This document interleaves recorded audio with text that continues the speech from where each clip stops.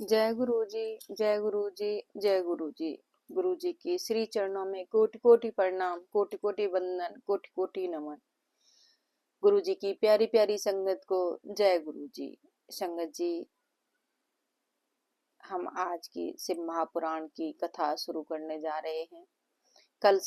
कल हमने कथा को जहाँ से विराम दिया था, आज हम वहीं से इस कथा की शुरुआत करेंगे। संगत जी, कथा की शुरुआत करने से पहले हम सब मिलकर पूरे भाव से, पूरे मन से गुरु जी के श्री चरणों का ध्यान करते हुए, उनके स्वरूप का मन में वास करते हुए उनका मंत्र जाप करेंगे। ओम नमः शिवाय, शिव जी सदा सहाय। ओम नमः शिवाय, गुरु जी सदा सहाय। ओम नमः शिवाय, शिव जी सदा सहाय। ओम नमः शिवाय, गुरु जी सदा सहाय। जय गुरु जी।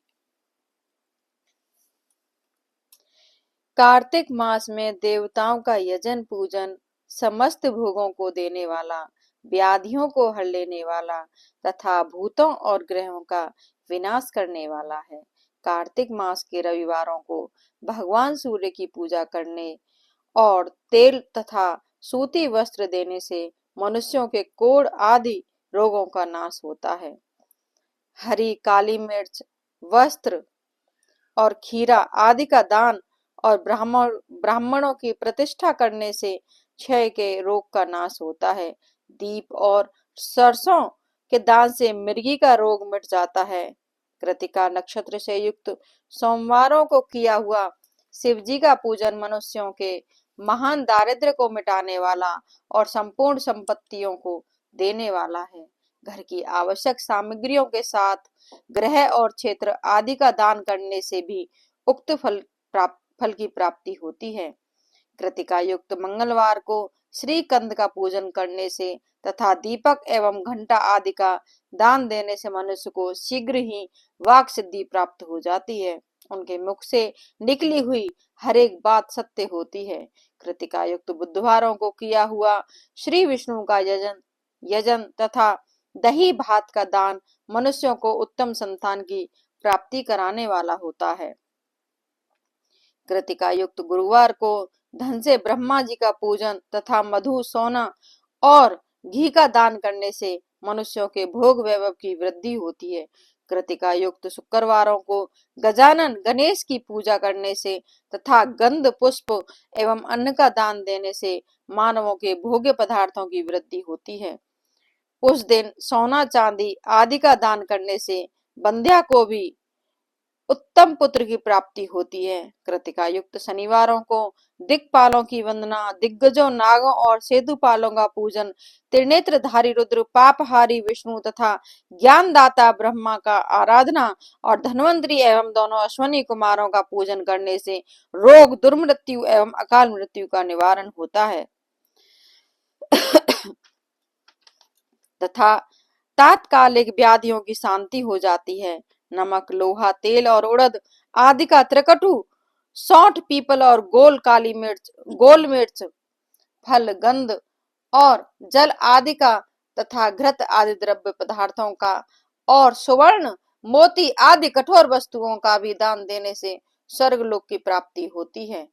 इनमें से नमक आदि का मान कम से कम 1 प्रस्त होना चाहिए। स्वर्ण आदि का मान कम से कम 1 पल। धन की संक्रांति से युक्त पौष मास में उस काल में शिव आदि समस्त देवताओं का पूजन क्रमशः समस्त सिद्धियों को प्राप्ति कराने वाला होता है। इस पूजन में अघनी के चावल से तैयार किए गए भविष्य का नैवेद्य उत्तम बताया जाता है। पौष मास में नाना प्रकार के अन्न का नैवेद्य विशेष महत्व रखता है। मार्गशीर्ष में केवल अन्न का दान करने वाले मनुष्यों को ही संपूर्ण अभिष्ट फलों की प्राप्ति हो जाती है। मार्गशीर्ष मास में अन्न का दान करने वाले मनुष्य के सारे पाप नष्ट हो जाते हैं।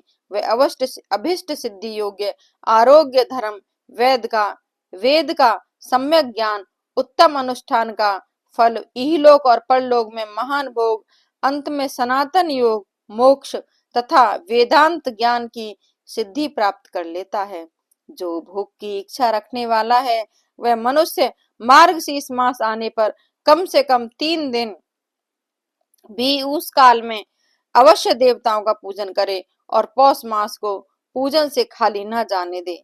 उस काल से लेकर संगम काल तक ही पौष मास में पूजन का विशेष महत्व बताया गया है। पौष मास में पूरे महीने भर जितेंद्रिय और निराहार रहकर द्विज प्रातः काल से मध्याह्न काल तक वेद माता गायत्री का जप करे।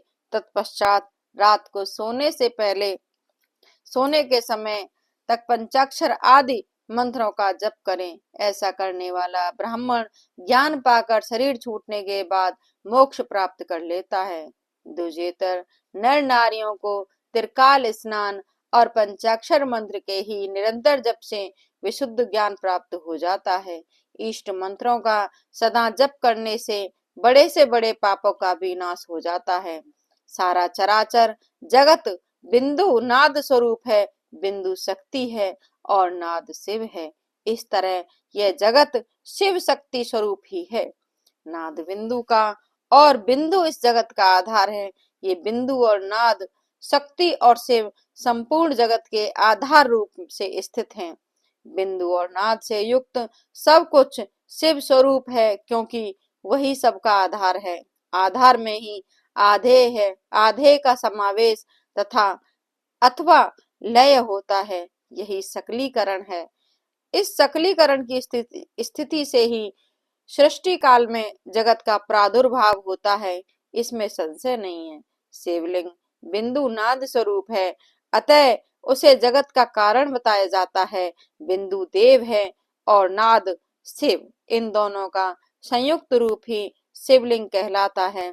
अतः जन्म के संकट से छुटकारा पाने के लिए शिवलिंग की पूजा करनी चाहिए। बिंदु रूपी देवी उमा माता हैं और नाद स्वरूप भगवान शिव पिता हैं। इन माता पिता के पूजित होने से परमानंद की ही प्राप्ति होती है। अतः परम आनंद का लाभ लेने के लिए शिवलिंग का विशेष रूप से पूजन करें। देवी उमा जगत की माता हैं और भगवान शिव जगत के पिता। जो इनकी सेवा करता है उस पुत्र पर इन दोनों माता पिता की कृपा नित्य अधिकाधिक बढ़ती रहती है। वे पूजक पर कृपा करके उसे अपना आंतरिक ऐश्वर्य प्रदान करते हैं। अतः मुनीश्वरों, आंतरिक आनंद की ज्ञान की प्राप्ति के लिए शिवलिंग को माता पिता का स्वरूप मानकर उसकी पूजा करनी चाहिए। भर्ग शिव पुरुष रूप हैं और भर्गा शिवा अथवा शक्ति प्रकृति कहलाती हैं। अव्यक्त आंतरिक अधिष्ठान रूप गर्भ को पुरुष कहते हैं और सुव्यक्त आंतरिक अधिष्ठान भूत गर्भ को प्रकृति। पुरुष आदि गर्भ है, वह प्रकृति रूप गर्भ से युक्त होने के कारण गर्भवान है, क्योंकि वही प्रकृति का जनक है। प्रकृति में जो पुरुष का संयोग होता है, यही पुरुष से उसका प्रथम जन्म कहलाता है। अव्यक्त प्रकृति से महत्व आदि के क्रम से जो जगत का व्यक्त होना है, यही उस प्रकृति का अद्वितीय जन्म कहलाता है। जीव पुरुष से ही बारंबार जन्म और मृत्यु को प्राप्त होता है। माया द्वारा अन्य रूप से प्रकट किया जाना ही उसका जन्म कहलाता है।